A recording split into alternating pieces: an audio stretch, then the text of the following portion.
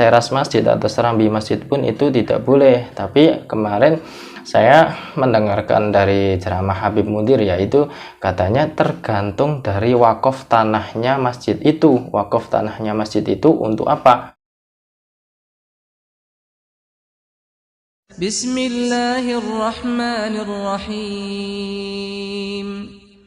Assalamualaikum warahmatullahi wabarakatuh. Bismillahirrahmanirrahim. Alhamdulillah wassalatu wassalamu ala Rasulillah Muhammad ibn Abdillah wa ala alihi washabihi wa mu'alah. Apa kabar sahabat santri dan pendukung channel Al-Hadafi? Semoga kita semua selalu dalam lindungan Allah Subhanahu wa taala. Pada kesempatan kali ini saya akan melanjutkan kajian kitab Risalatul Mahid ya. Yang mana pada pembahasan kali ini adalah tentang perkara yang haram bagi wanita yang sedang haid ataupun nifas ya. Jadi ada beberapa perkara yang memang diharamkan ketika wanita itu sedang haid ataupun nifas ya. Jadi perempuan yang haid ataupun nifas diharamkan yang pertama menjalankan adalah sholat ya. Sholat itu tidak wajib diqadha dan bahkan menjadi haram hukumnya ketika seorang yang haid ataupun nifas melakukan sholat. Itu benar-benar harus dimengerti ya.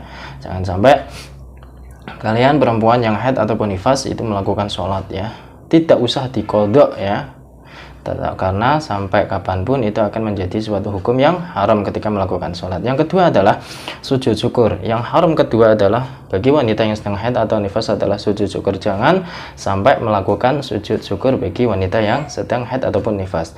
Nah, yang selanjutnya adalah ada sujud tilawah ya.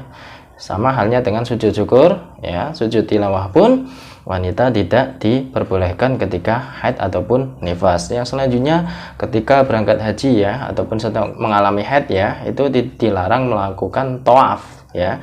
Jangan sampai wanita haid ataupun nifas itu melakukan tawaf.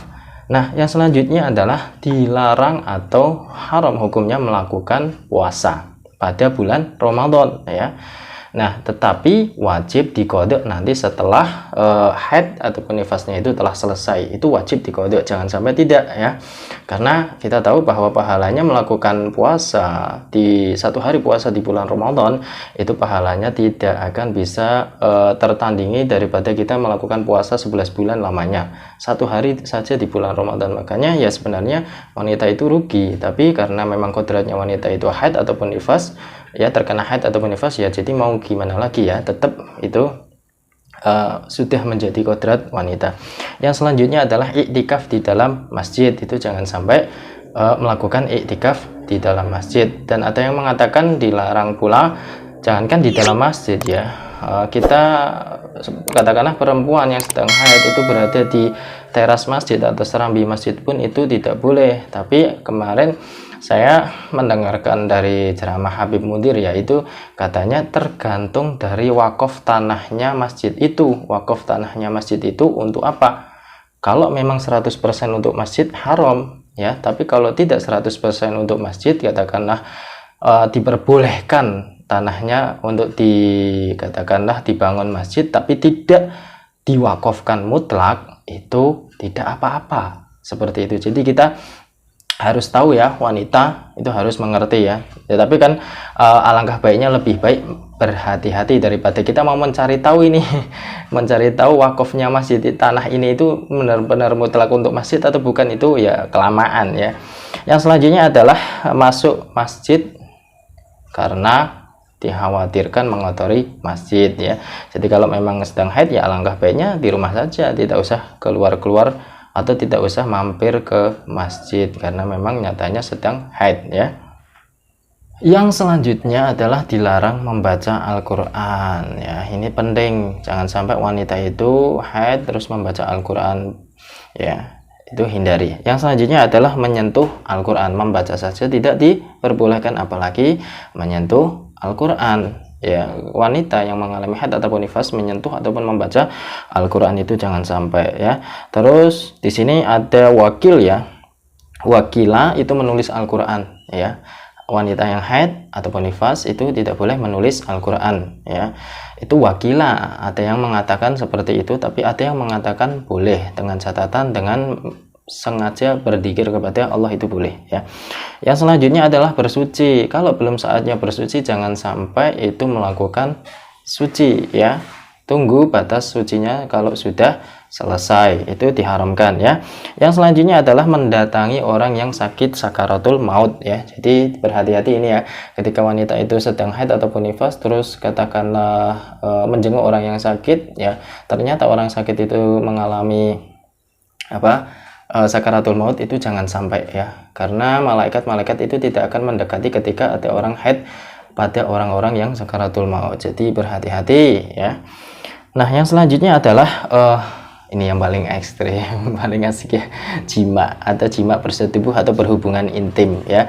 Jangan sampai wanita yang sedang haid itu melakukan hubungan intim. Sudah saya jelaskan dalam video-video sebelumnya ya, terkait tentang hubungan intim ya. Melakukan hubungan intim dalam keadaan haid itu efeknya apa? Yang jelas efeknya itu negatifnya sangat banyak dibanding efek positifnya. Bahkan tidak ada efek positifnya menurut saya. Yang selanjutnya adalah dijatuhi talak. Ketika wanita sedang haid itu tidak boleh dijatuhi talak ya. Haram hukumnya menjatuhi talak bagi suami ketika istri itu sedang haid. Jadi berhati-hati ini, suami itu harus paham ya. Jangan sampai berkata sedikit-sedikit minta talak dan sebagainya. Jangan sampai itu lelaki mudah mengucapkan kata-kata talak ya. Yang selanjutnya adalah dibuat senang atau istimna bainas surah warukbah, di antara pusar ke bawah dan dengkul ke atas, itu jangan sampai ya. Jadi jangan sampai berbuat senang-senang di antara bainas surah warukbah, karena itu sangat diharamkan ketika wanita sedang haid. Nah, orang haid atau nifas itu diharamkan bersuci atau mempermainkan ibadah ya. Jadi tadi kan sudah ya bersuci ya, karena ketika itu sudah bersuci ya otomatis wanita tersebut harus melakukan ibadah. Nah, kok ternyata belum suci, nah itu jangan sampai mempermainkan itu ya. Jadi kalau ada wanita melahirkan lalu mengeluarkan darah nifas sebelum ia mandi wiladah, maka selama keluar darah nifas diharamkan untuk mandi wiladah. Ini jadi harus dimengerti ini bagi perempuan yang sedang akan melahirkan. Sama halnya dengan seorang istri yang baru bersetubuh ya, sebelum mandi jinabat kok tiba-tiba kedatangan haid, itu bagaimana? Maka selama haid belum berhenti, jangan mencoba-coba untuk mandi jinabah atau mandi suci ya. Jadi kalau memang peraturannya seperti itu ya harus benar-benar diperhatikan ya. Lah mau gimana lagi setelah berhubungan badan atau berhubungan intim, kok ternyata sebelum mandi sudah keluar darah haid, jangan sampai mandi suci atau mandi jinabah ya. Nah, ini adalah masalah ini itu supaya diperhatikan, karena banyak orang yang sering salah paham. Akhirnya ia bersuci, beribadah ya, ngaji, sholat dan sebagainya, justru itu adalah telah melakukan maksiat ya. Jadi orang yang melahirkan nifas tadi mandi wiladahnya setelah selesai nifas ya, atau bersama-sama dengan mandi nifas.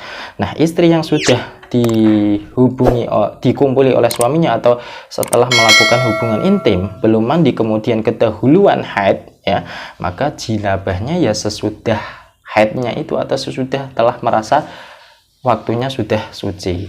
Itu saja yang bisa saya sampaikan, semoga bisa bermanfaat. Wallahu muwaffiq ila aqwamit thoriq. Wassalamualaikum warahmatullahi wabarakatuh.